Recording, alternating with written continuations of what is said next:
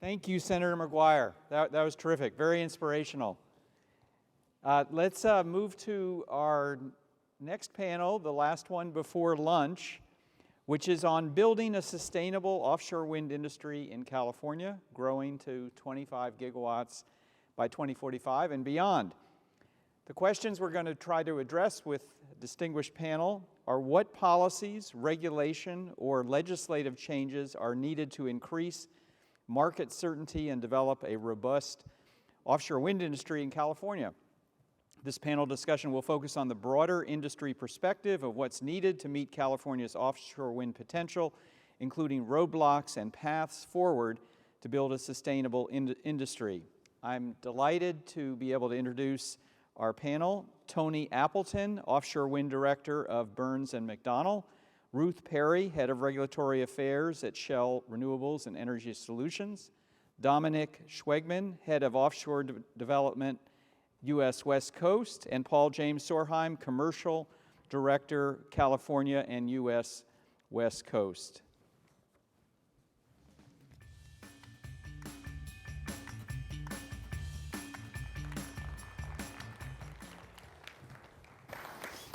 So thanks. I'm going to start with Paul James and ask, what are the key challenges to moving from the first round of projects in the California lease areas to achieving an industry at scale? Well, thank you, Adam, and thanks for the opportunity to be on this panel today. And first of all, I'd like to say it's so exciting to be here and feel the energy in the room. If we have a shared vision of California being a leader in floating offshore wind, we can get there, and we can get there together. So I think that shared vision is really important as we talk about the challenges, because there is a few challenges, and I think the previous panelists spoke quite eloquently to those challenges. I'd like to maybe just pinpoint two areas in particular. It's relating to creating a pipeline of opportunities really for the industry going forward, and that's to do with having future lease auctions. And I know that the auction feels very recent. I mean, December is only a few months away, really, but it's really important to lay the foundations for the future of this industry going forward. And that means establishing a pipeline of future lease auctions, not only in California, but across the whole West Coast, extending to Oregon and Washington, so we can really unlock the synergies that we can see broadly speaking across the whole region at large. I think that's really important because that sends a very strong signal to the market. There is a strategic commitment from the state, not only for the first wave of projects, but also building beyond that going forward. The second piece, I would say, is procurement. And I know procurement has been talked about extensively, but I just want to echo the fact that we are dealing here with mega-scale projects. The complexity and the scale and the volume of what we're trying to achieve has never been done before in California. So this is a very transformational opportunity for the state, and that's why having a robust and centralized procurement mechanism is really a key enabler. And with that opportunity to have a centralized procurement mechanism, it's really important to get this right. And as the senator pointed to here, the focus and the attention that we're seeing about getting this first wave of project right is really going to lay the foundation for the projects to come. So those are the 2 points I would like to highlight initially. Thank you, Paul James. And now let me follow up here with Dominik and then Ruth. Tell us about the infrastructure requirements to support the industry that Paul James has so eloquently described. Yeah, I think it is yet to be defined what scale of this industry is going to have on the West Coast, and I think that will have a big impact on the needs. I think there's a couple of things that are needed for sure, and that includes the port situation, for example, which we need ports to operate, we need ports to launch and possibly also manufacture components. But that needs to be seen how big sort of we want to grow this market. Yeah.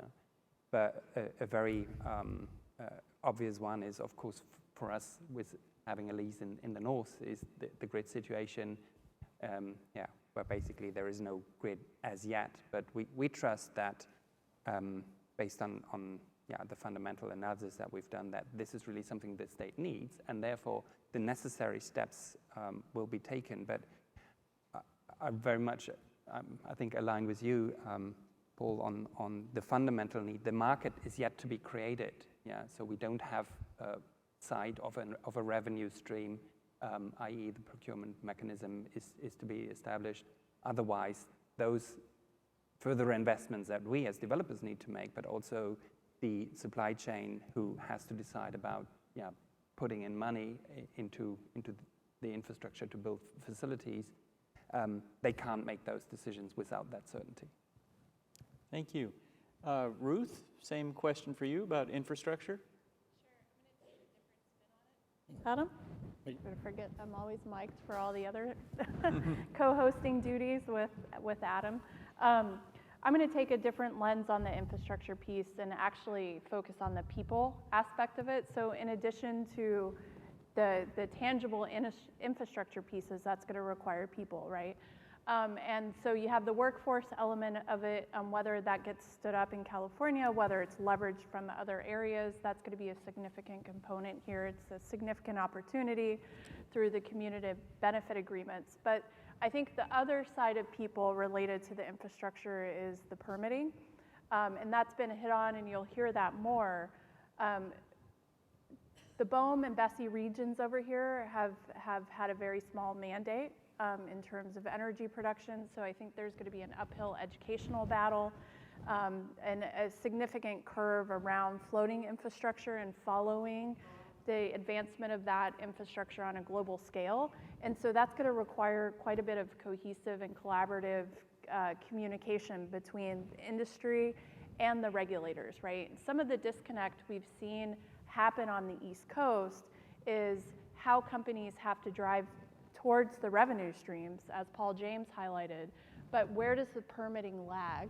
And how do you combine the permitting of the infrastructure, the permitting of the electrons, with the commercial and technical elements? Those things don't always line up perfectly, right? And I think we're seeing some very unique attributes that California has taken. You heard the senator speak from the legislative piece.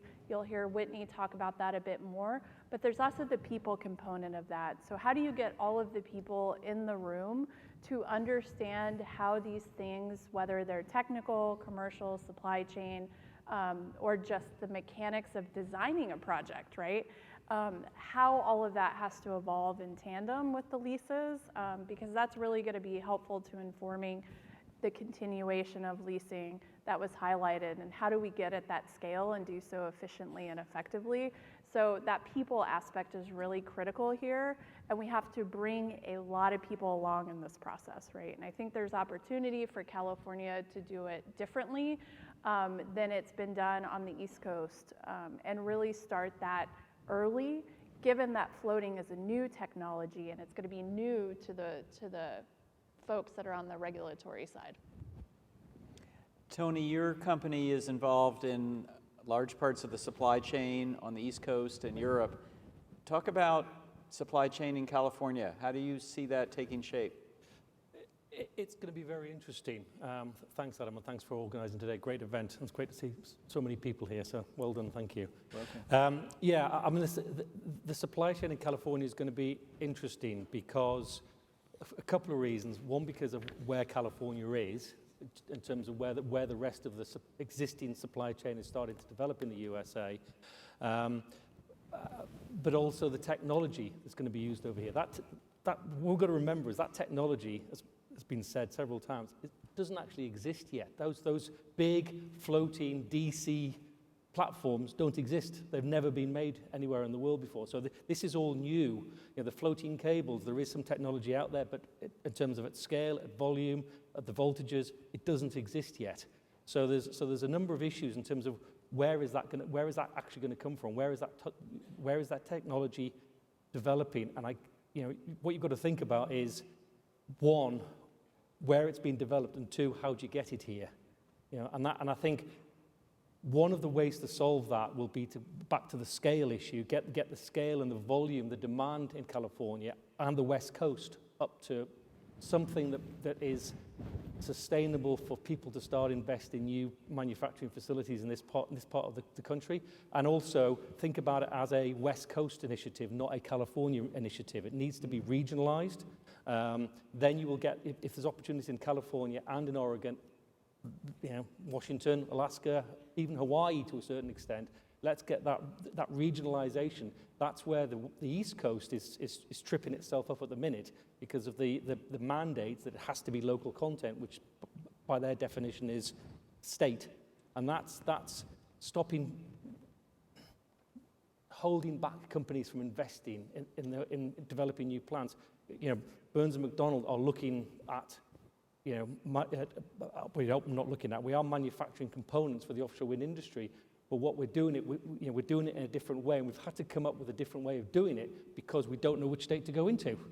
Where do we build a facility? Do we build it in New York? Do we build it in New Jersey? Do we build it in Connecticut? Kind of thing. So that's part of the issue that California's got to think about in terms of developing the supply chain is make sure it's regionalized, then at scale, then they will come and they will start to build facilities here. But as I say, that technology isn't even known yet to actually, people don't know what to build, don't know what to manufacture. Yeah, thank you. Ruth, did you have a follow-up on that? I was just, sounded like you had some other... You know me, I love a regional approach. Yes. Or a programmatic approach, Yeah. so whether it applies. And Tony and I were just recently on a panel discussing the same thing at IPF, right? So I think that's right. The regionalized approach, you have to remember, your company trying to determine where to build a facility, developers trying to determine where to procure, there has to be sustainability on both sides, right? And that's the key here in terms of scale is the sustainability piece is important. And I think it's easy to say we can just do local content. Well, the state needs to have desire for that type of local content and everything that comes with it. And I don't think we have to think beyond a political cycle of the 4-ish years or to the next lease sale, because that doesn't build an industry, right? And so we don't want to invest in local content that's going to sit there for one project and then it goes away, because that's not how you build an industry. Thank you. Tony? Yeah, sorry, the other thing to think about as well is, what that local content, what that regional content will do is help to develop the skill sets back to the people. You get the skill sets being developed in state or in the region, but it's not just what people have forgotten about. You hear all these numbers thrown around, offshore wind's going to create 70,000 jobs or whatever it is, but that tends to be, I'll use the British terminology, kind of the blue-collar workers. There aren't enough engineers out there. I know that certainly at Burns and McDonnell, we are struggling to get the amount of engineers that we need to be able to fulfill the requirements that developers are setting us, that we're being targeted with. Developers are having issues with getting the staff. You can't just keep bringing people over from Europe. You've got to develop those skill sets, locally. That's another issue as well. Paul James and then Dominik. Yeah, just building on the regionalization piece there, I think, to state the obvious, you don't have a project without a port, and one port won't build the industry on the West Coast. That being said, ports are really the catalyst for the economic activity locally, and they can really drive on in terms of unlocking those synergies, and you really need a multi-port strategy. And it's very pleasing to see that that's increasingly acknowledged and being talked about in a big way. So we need to think holistically here. We need to move on the first projects, but we need to also future-proof the port so that we invest now. We also think about the second and third wave of projects in order to make this an integrated and a sustainable approach. Dominik? Yeah, and maybe also to show the other side, if you get it wrong, what could happen is that we may, if you only have a handful of projects to build, then we try to do, or the industry and the supply chain, not we as developers, but those who actually handle the components, they will try to do it with minimal investment, with minimal local investment, and ship a lot of stuff in, and just reduce the exposure. So that's probably not desirable, and also will not facilitate bringing the cost of the electricity down, which is our ambition here. And the other downside, that what I've seen, for example, in Germany, where I spent the earlier part of my career, is that some manufacturers have invested in facilities, and then the pipeline of projects was basically no longer there. They had to shut down places, and then a couple of years later, it went all up again. But yeah, all the skilled workforce, they were gone, and it's difficult and trust was basically lost. And so that's I think the opposite of what we want here. So we need a steady stream of projects, a good degree of certainty, and that will be the catalyst for building this industry here. So I want to shift the conversation just a little bit to the question about how do we ensure that the build-out is done in an equitable and sustainable manner. We've heard this touched on in a number of the panels. It was interesting hearing Doug Boren talk about hiring at BOEM and trying to get a diverse workforce. That's certainly an element of equitable development. Let's talk about that, and maybe can I start with Dominik again, and then come back to Paul James, and we'll get around to everybody. Yeah. We are figuring out how to do that, but we consider ourselves the sort of the new kid on the block. So we want to be good neighbors, and the time horizon that we have in front of us is like a long development cycle, probably relatively long, and then a maybe 30-year operation, and then decommissioning. So it's really a very long-term mindset that you have to get yourself into before you start your work. And I think we, for example, did have people hired now who are local to the Humboldt region, who know and the key stakeholders there, who have interacted with the tribal nations. So and we are really in a learning mode, and I think it's really this kind of attitude where we don't come in and say, okay, we've done it before, because we haven't done it in California, we haven't done it in that region. And I think with that mindset, listening what the needs are, what the concerns are, and also spending time in explaining what is it really that we have in front of us, what is it that we want to do, and listening to the concerns of maybe that people have who are not so familiar with the kind of technology. I mean, I've built a project and have been significantly involved in projects in Europe, and I'm very much sure that the downsides of building these infrastructure projects at sea are very, very limited. But of course, that comes because I had the privilege of being part of that, and I think we just need to give people time, and especially in the north, in the Pacific Northwest, where there's a history of boom and bust cycles. I think it will take a little bit of time to build that trust and earn that trust. Thank you. Paul James? And Yeah, then well, Ruth to follow. Just to echo excellent remarks by Dominik here. I think approaching this challenge with humility is essential. I mean, it starts from there. And you don't have a port, you don't have a project, but if you don't have the buy-in from the local community and that sort of vested interest in what we're trying to build, not only for the short term, but for the long term, you failed before you started. So these are sort of non-negotiables. We have to get this right as a developer community. That said, we can't do it alone. And that's why it's really encouraging to see all the initiatives ongoing on the state level and the federal level, for that matter, as well. It's impressive the amount of agency and cross-coordination that's happened in such a short space of time. And I think this conference is a testament to that in terms of the broad-based engagement that we're seeing. Just compared to last year, it's really expanded, and we're seeing that engagement across. And I think for Equinor, it's in our DNA to be a value-based company, and that actually means something. It means, taking a stepwise approach, not over-promising and under-delivering, being respectful in that engagement, and it's a broad-based engagement that we look to do. and factoring the feedback and the viewpoints that we get into the design of these projects. And it's going to be a long and bumpy road at times, but I think if we approach it with humility and respect, I think those are important guiding principles to make this right. Thank you.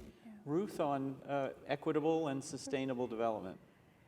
Yeah, the humility, the respect part, critical components, and I think having thoughtful and deliberate education, that transparency in how we educate from both sides, right, is very, very critical, and there is an art to having those conversations so they are productive for both sides. So I won't repeat. Our companies over here on the left, we have many of the same principles, right, that govern all the projects we do in the communities that we do them, and do that with respect and honor to the environments that we work within. I have an interesting, perspective. There's a quote that I love about equity, and it's not about bringing everybody a shoe, it's about bringing everybody a shoe that fits. And so just thinking about equity across, workforce, not only with the users that we have to collaborate, just getting back to some of the earlier points we were making. I got in very, very late last night, and the one Uber driver, that was in Sacramento, that happened to be at the airport at 2 in the morning, which was great, happened to be an unemployed engineer. And he said, there's quite a large population of Uber drivers in this part of the state. I think 15% is what he said, that are unemployed engineers. And I won't dive into the politics, or how that's come to be in California. But to me, that's an interesting workforce dynamic of how do we find these parts of the educated workforce that could be retrained, not only thinking about opportunities for communities, but looking at our educated communities.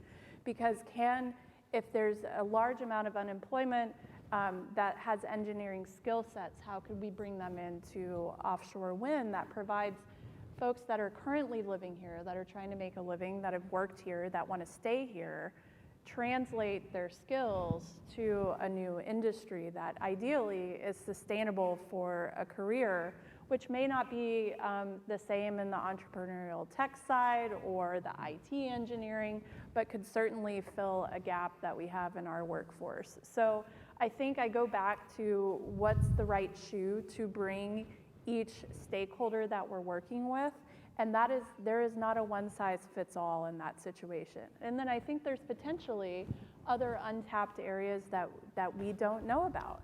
And so how do we work with the senators that you heard in their particular counties who have a good idea of what that workforce is, what the opportunities are, what the distribution of skill sets are, so that we can build unique programs that translate and build equity versus trying to force something to happen, which is Paul James's point also about respect, right? You don't want to go in and force something, but figure out what's the right way to build that equity across the spectrum of development, not only for a project, but for industry. Tony, how do you see this? I think there's two things. I think we've kind of touched on them already a little bit, but I think early engagement with all the stakeholders and all the communities, but then it's also important to continue that engagement.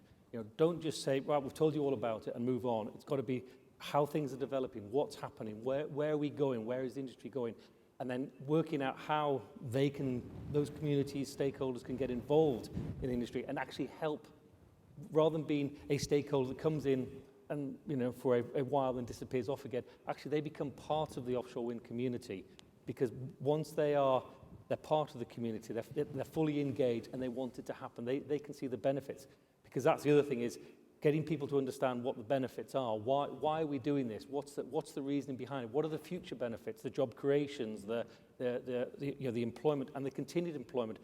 I'm sure that some of the communities don't realize, you build a wind farm, that's it. No, there's 25 years of operation and maintenance after that. Explaining all of that. So it's an engagement, early engagement, continued engagement, and an education of what a wind farm actually, what it is, what it means. It's not just and I'll use the phrase as an example for the people that don't understand, what's that windmill doing out there? They're not windmills, they're wind turbines. Windmills ground grinds corn and things like that. You know, getting that getting people to understand what the terminology is. You know, things like that. And it's back to engagement. It's back to early engagement and continued engagement and education.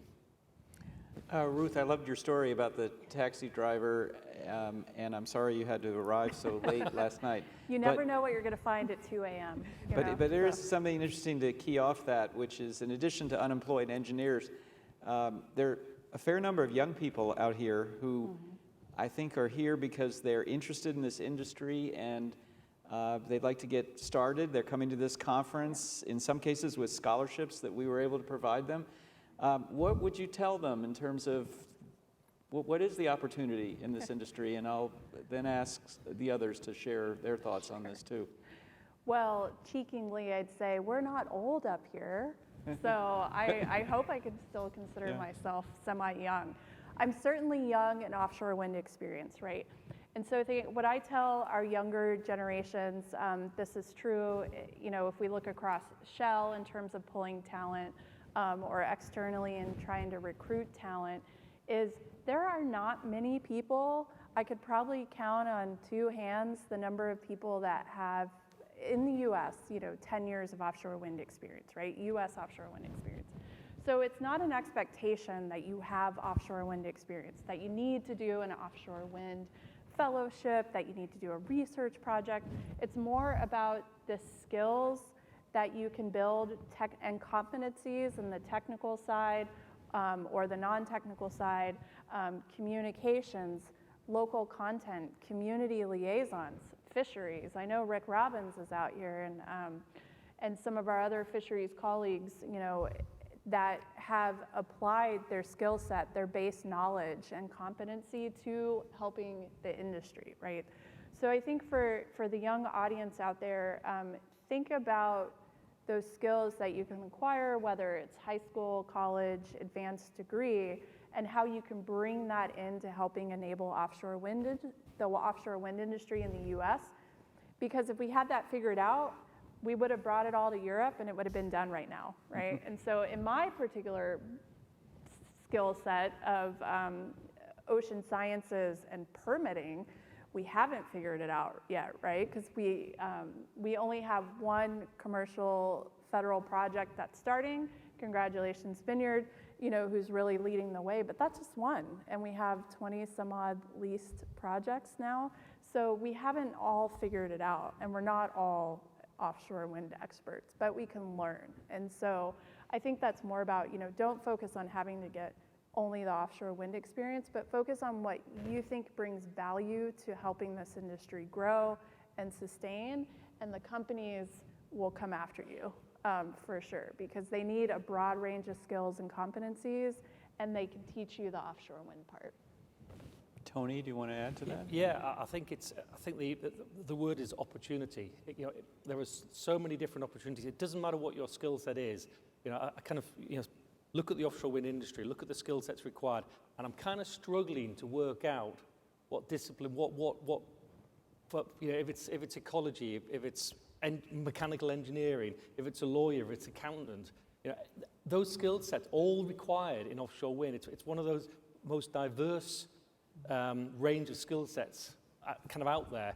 So that it doesn't matter what you're interested in. If you're interested, you know, if you've got a background as a lawyer, you can get involved in offshore wind. If you've got a background as an electrical engineer, you can get involved in offshore wind. It doesn't matter, and I think that's the opportunity that offshore wind gives you. You can bring your unique skill sets to any business, and they will absorb you into the team, and they will educate you in terms of that offshore wind knowledge, because, you know, Ruth's absolutely right. That knowledge doesn't really exist yet. It's growing very quickly in the USA, but, you know, there's an awful lot of Europeans here that are helping to do it. I mean, if you think about on the panel, there's 3 Europeans on the panel.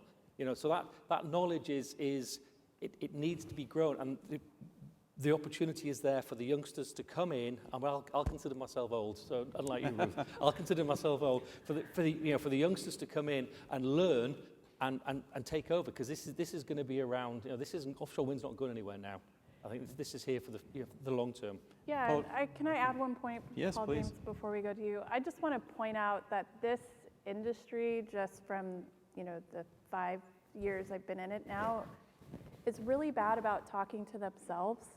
And so I think there's an evolution here that has to happen where the industry needs to start to get out into other venues. And I think you're starting to see that through IEEE, Marine Technology Society. There's big oceans fisheries conferences, for instance. We're finally starting to get out into these places, but I don't think it's been fast enough, right? And so it's great that we have the ability to bring students and younger generations to us, but we also have to get more nimble and pretty efficient about getting out there too, and I think that will come. But I think that's also been part of the struggle too, is that there's not really a national recruiting or educational approach to offshore wind. Department of Energy is trying to do this through a lot of their programs, but getting out into these various parts of communities and school systems to bring offshore wind there to get people excited about the opportunities. So I think that's probably still an area that's lacking, that hasn't really caught up yet in the US. And I would encourage a lot of people out there to think about that, not only in how you're dealing with your projects, but other national opportunities where we can really bring offshore wind outside of American Clean Power, IPF, and OWC, and bring it to other venues where the engineers, the scientists, the local communities go. Yeah, it needs to be normalized. That's the issue. In the UK, in Europe, offshore wind is, that's just, it's part of life. In the US, it's like, do we trust it? What is it? Where's it happening? Yeah. You know, it's sort of also around everything else that's going on over here. So, but once it becomes ingrained, people then just accept it and want to get involved and see routes to get involved. That kind of positioning of offshore wind in the US hasn't happened yet, and it needs to happen.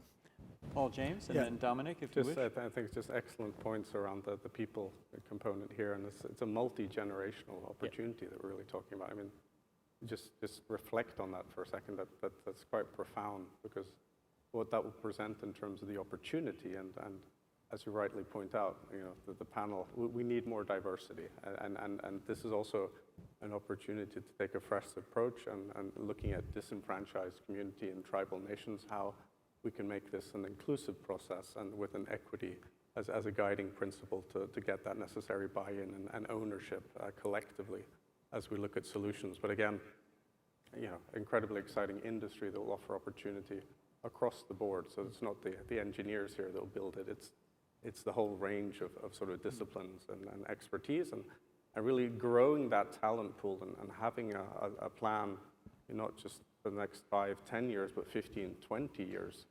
And what that looks like in terms of the state and federal initiatives, I think is going to be critically important to get this right. Dominik? Yeah, I started in offshore wind more than 20 years ago, and just put my sneakers on to not feel it.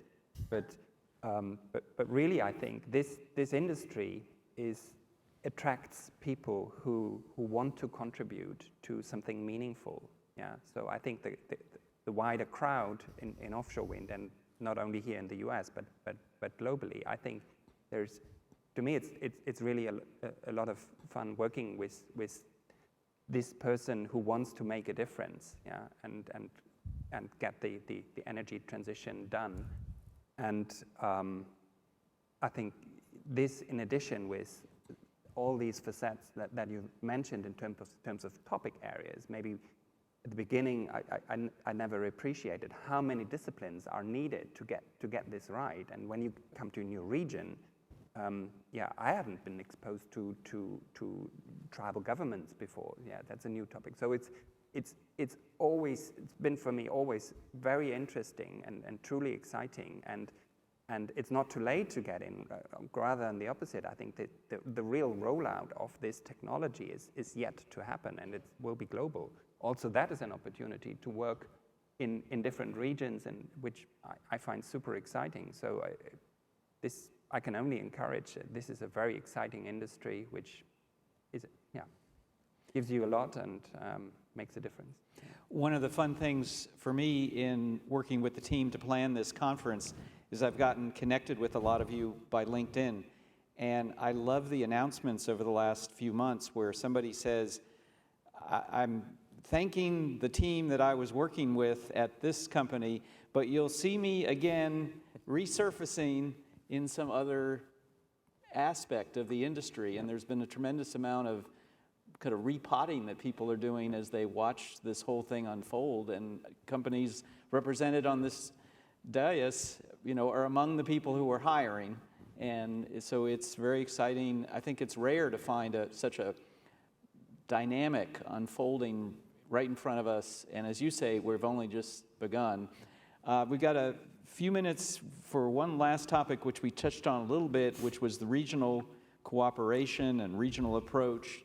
Are there any things you want to say more about there'll be a panel on this towards the end of the day tomorrow, but I want to invite you to speak to that regional issue again and the opportunity there. Paul James? Yeah, happy to do so.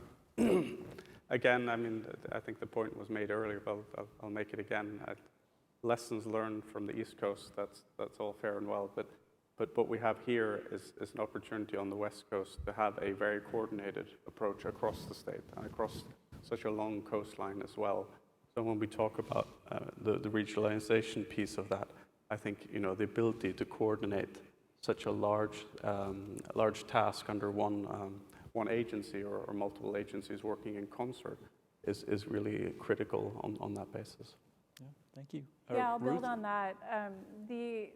The amount of upfront early efforts that the federal and state governments are taking here is really a thought exercise that we wish would have happened in other regions, and they're turning it into a material exercise, and I think that's really, really, really promising to test if it's going to work. Whether or not I'm glad or not glad to be one of those leaseholders that has to go through that. Whether it works, I'll reserve my comment there. But I think most people that know me or have heard me talk, I'm a huge fan of programmatic permitting approaches.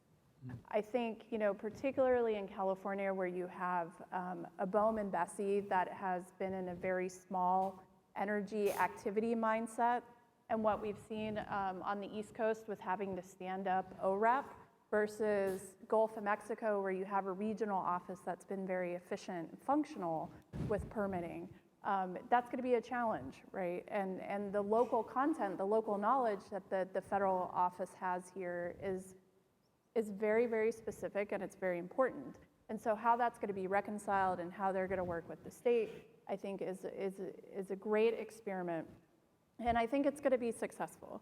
But I am a huge proponent of programmatic approaches. I think that goes into the regional piece here because it makes no sense, the challenges we're having on the East Coast, whether you're developing in North Carolina or developing in Massachusetts and you're still encountering right whales or other fish that move through those areas. I think programmatic approaches to looking at mitigation, to doing the education around the technology can help create efficiencies and effectiveness in the process, so you're not having to constantly repeat the wheel every time there's a project application that comes through. So I think that's going to be the challenge here for the first set of leaseholders, and I think also the challenge for federal and state to make this work and to show nationally that regional programmatic combined efforts between federal and state can work. And California is that first benchmark, which I hope that Oregon, Hawaii, and other Western states will adopt, even territories. We'll throw them in there if anybody wants to go further than Hawaii. So I think that is part of the regional question that you raise is really what makes sense programmatically for consultation, for data submission, and for collaboration among leaseholders and the agencies. Great. Thank you, Ruth. Tony, other thoughts on this? I think it's cooperation, working together. I think the lessons learned from the East Coast is not everybody actually worked together. Everybody was kind of doing their own thing and in their own little silos and actually not realizing what the bigger picture was and kind of focusing either as a developer on their project or as a state on their state or their part of the supply chain. And I think what the West Coast can do, what California, Oregon, et cetera can do is actually work together, get all of those key stakeholders working together rather than perhaps, I'll say it, against each other a little bit. Because if you get them working together, you know, the solution, they will come up with solutions that everybody is happy with, kind of thing, rather than that kind of the potted approach that the East Coast has taken. And I think it's lessons learned from the East Coast, lessons learned from Europe. You know, what happens at people not working together in Europe? It's taken, okay, Europe have been at it for 20 odd years, 20 plus years, but it's taken, people are playing nicely over there now, but it's taken a long time to get there. And I think California can jump, you know, go from, I'll say it, that there are other phones available, but go straight from iPhone 8 to iPhone 15 and not go through all the steps in the middle, as it were. Sure. Paul James? And Just the analogy around building a stadium. You know, we're all building a stadium together, collaboratively. There will be a time where we compete on that field, but really the focus now is building the stadium together. The framework conditions for offshore wind, they need to be right. And I think the sense of urgency, because this is a global industry where there's a competition and really resources and capital is scarce, was acknowledged yesterday, and I think everyone appreciates that the US is lagging behind Europe on that basis. So really all eyes are on California over the next sort of 6 to 18 months to really enact some committed policies to drive this agenda forward. So again, coming back to collaboration, I think that's going to be the cornerstone here, and that's where the opportunity is for the state. so we've got an audience question, maybe the only one we'll be able to get to, which has to do with sustainability from an economic and environmental point of view. How are we going to make sure that what is built here is sustainable? And let's just focus for a minute on the environmental side. This is definitely an industry that's going to have some impacts. How are you thinking about that? And as you think about your closing comments, maybe include the long vision. If you're looking back and talking to your grandchildren about what you built and left them, how can we do this right? I'm going to start with Dominik, perhaps, and then make sure that we get around to all of our panelists. Yeah, I just pick one example on the environmental sustainability because that, we're working at the moment very intensely on recyclable blades. Yeah, the blades of the turbines have been always sort of the pain point, really, in terms of how can you recycle and reuse the material that we use in offshore wind components. Most of it's steel, obviously. That's easy. Obviously, there's concrete solutions out there. Also, I think that is understood how to recycle that. But with blades, that has always been an issue, and we are now investing in some pioneering technology where a different material is being used, which can actually be recycled, and that would be a big step forward for not only for here in California, but generally, for example, to improve the environmental sustainability of these projects. Ruth? Yeah, this is a tough one because it's a bit of a loaded question, right? But cover it from the environmental piece. We're diversifying a national energy system. That diversification comes with trade-offs, but I think many of the parties involved, whether it's industry, communities, agencies, assume that trade-offs mean there's always going to be negative consequences. Especially when we're talking about environment, right? You're going to build fast, you're going to put new structure in, it's going to change the system for the negative. But we don't know that necessarily, and I think that tends to lead agencies to rely on the overly precautionary principle. That tends to have developers deal with significant commercial constraints in terms of what's actually the concern and how do we mitigate that concern, whether it's a real concern or not, right? EMF is a great one. How many times has EMF been de-risked in offshore wind, but it continues to cycle back, right? We have the science, we have the research, we have the technology, but it still comes because there's this fear that a trade-off implies there's a negative consequence. So I think when you look at diversifying the energy system, being major infrastructure, and addressing climate, Those trade-offs are how do we balance those things, not how do we have to take one off the table to prevent the other ones. So I tend to think about that, and I think with the environment, particularly, there's ways that we can approach working with our stakeholders to do the necessary education, but also approach it from a stepwise, what can we do, what can we learn? We have required monitoring. How can we work with the agencies and our communities to ensure that monitoring has meaningful scientific purpose to answer questions? And how can we evolve and adapt, right? Adaptive management is a huge part of this conversation that tends to get left out when we talk about environment, right? So we have to take steps forward. We have to learn from that. Then we have to adapt, right? We can't just jump to the only way to adapt is not to do it. So I think that's probably my biggest frustration is we tend to make that leap, and I say they, tends to not be developers, right? But agencies, communities tend to make that leap. It could be a matter of education, it could be a matter of it being new, but it is major infrastructure. So there has to be an acceptance that there could be a trade-off, but we have to accept that that trade-off may not just be negative. It could be neutral, it could even be positive, right?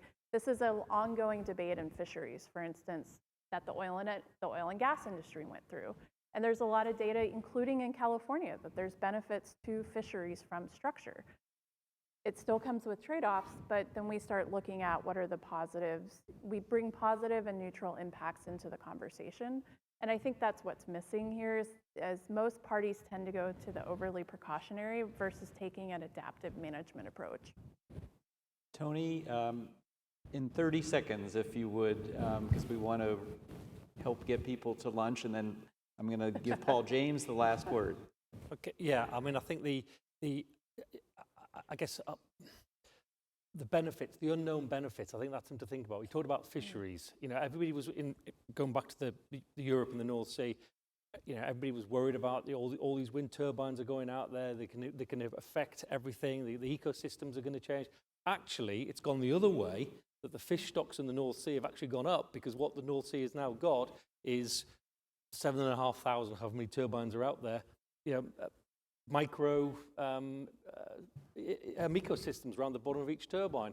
So, you know, and what we're seeing in the US is Block Island, the leisure fishermen up there is going, this is great, we've never seen fish stocks like this up there. So it's actually those opportunities that are going to come out that we don't necessarily yet know about. And there will be issues with the tethering lines, these floating structures out there. There will be issues, but there will be benefits as well that will come out. We just don't know what they are yet. But I think the other thing is the opportunity. What I'd like to say, kind of very quickly, it sounds like we're being negative with all the downsides and what should be done and what's going to happen. The opportunity is huge. It's really, really exciting. This is a really exciting industry to be in. What California is doing is phenomenal, and I think the USA can become the global leaders in floating offshore wind and ultimately be a net exporter both of the technology and the skill sets. So I think that's where the real opportunity is. It's a very exciting time. Paul James? I think you said it there, Tony, but it's just such a fantastic and monumental opportunity that's in front of us here. And we need to get it right at the same time. That's the challenge. And time is of the essence because the clock is ticking. There's a climate and energy reliability crisis that is real, and that action needs to happen in short order. But we also need to have the ability to look at the short term, getting the first wave of projects, but also future-proofing for the second and third wave of projects as we navigate this landscape together. Yep. We're going to have to leave it there. Please join me in thanking our panelists for a dynamic and interesting discussion.